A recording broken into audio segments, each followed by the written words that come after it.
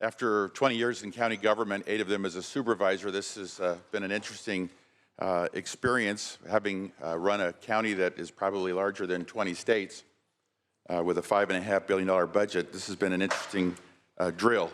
So with that, I want to thank Senator Leno for being an outstanding chair and Senator Nielsen for being an outstanding vice chair of the Budget Committee, and appreciate all the hard work and want to join with those that have expressed their appreciation.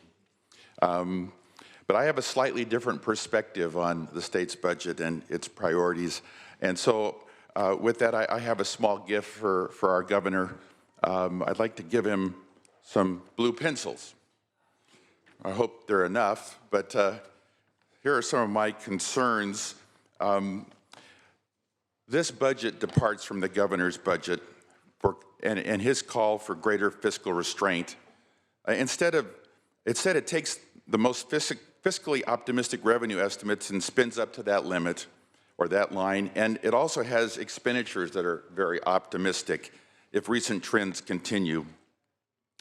This legislature should not use the higher revenue projections provided by the Legislative Analyst's Office.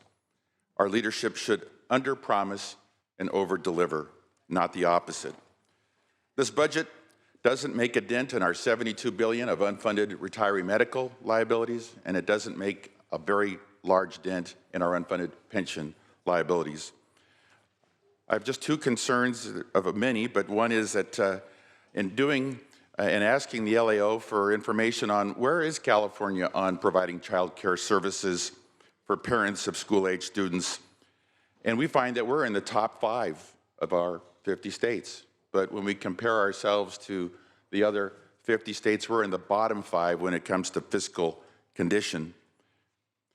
I also want to bring up the earned income credit, which is another very compassionate gesture, but really a symbolic one. We really need, as a state, that $400 million to pay down our debts, pay down our pension liabilities.